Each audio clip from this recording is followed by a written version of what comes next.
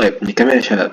هناخد اكزامبل دلوقتي مهم جدا على الثلاث حاجات اللي احنا اخدناها: frequency distribution والrelative frequency والسي ار اف.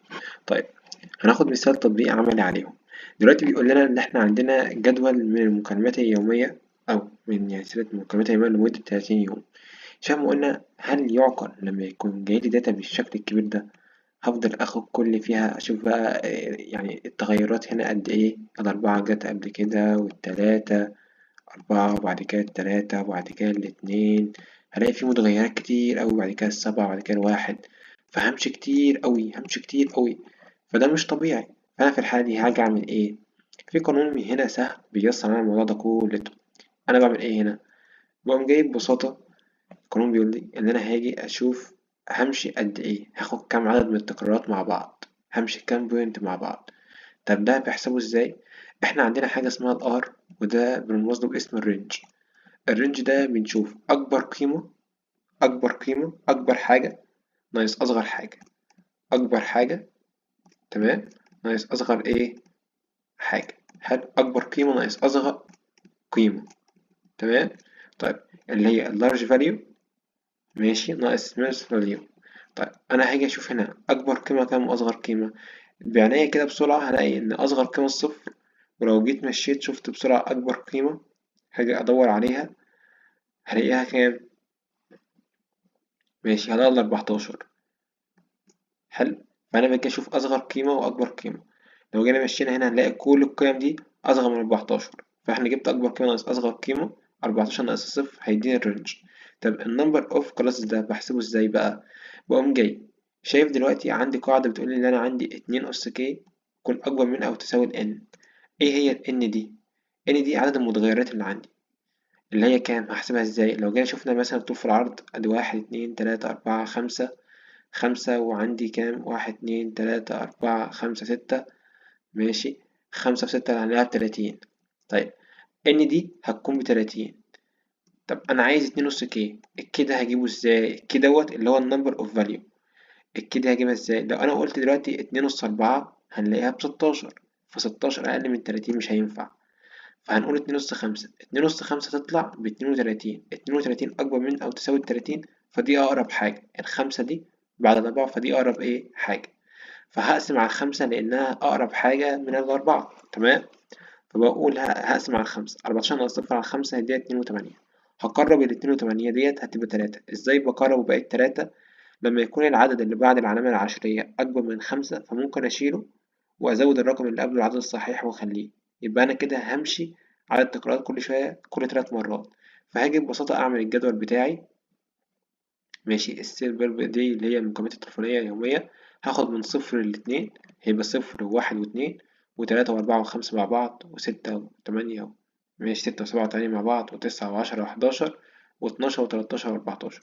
هاجي أشوف عدد التكرارات لصفر وواحد واتنين، هاجي أطلع فوق على الجدول هنا وأشوف عدد التكرارات الصفر والواحد والإيه والاتنين. هنا أدي واحد اتنين، آه هاجي أفضل ماشي أدي كده تلاتة أربعة خمسة، وهفضل ماشي كده لغاية بقى أجيبهم 6. ماشي، 6 هما طلعوا 6 همت. هاجي بقى أشوف ال3 و5، 3 و4 و5 اتكرروا كام مرة وهكذا وأنا ماشي.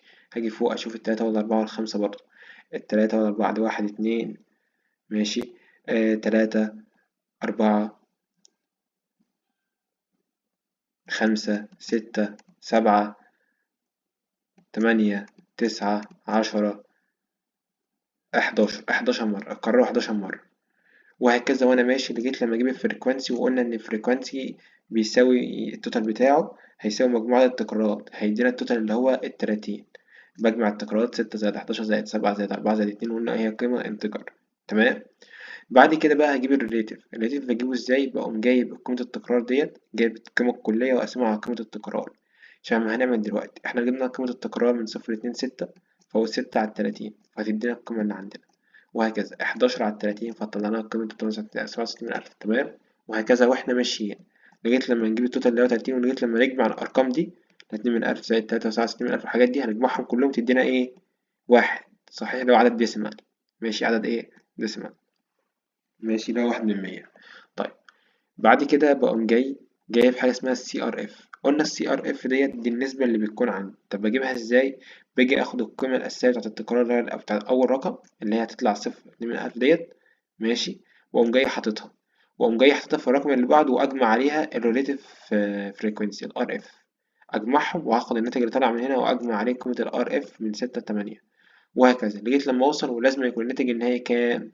لما أجي أجمعه 1 صحيح، تمام. لما أجي أجمع الأرقام دي كلها بالآلة الحاسبة طلع لنا 1 إيه صحيح. دي قيمة السي ار اف. هي ببساطة احنا عملنا ايه في المثال اللي جاي دلوقتي؟ احنا كنا اللي عملناه ان احنا جينا شفنا مثال هنا ان فيها داتا كبيرة قوي فأنا مش هقدر أمشي فيها، فقلنا إن أنا هجيب الدبليو، ماشي، إن أنا هاخد كام عدد تكرار مع بعض، همشي كام مرة، يعني هاخد كام رقم مع بعض وأحسبهم مرة واحدة. فجيت قلنا إن إحنا عندنا هنجيب الدبليو بتساوي الرينج اللي هي أكبر قيمة ناقص أصغر قيمة على الكي اللي هي القراصة اللي عندي. وقلنا الكي دي بحسبها إزاي؟ 2 أس كي بيكون أكبر من أو تساوي 2 أس كي بيكون أكبر من أو تساوي الإيه؟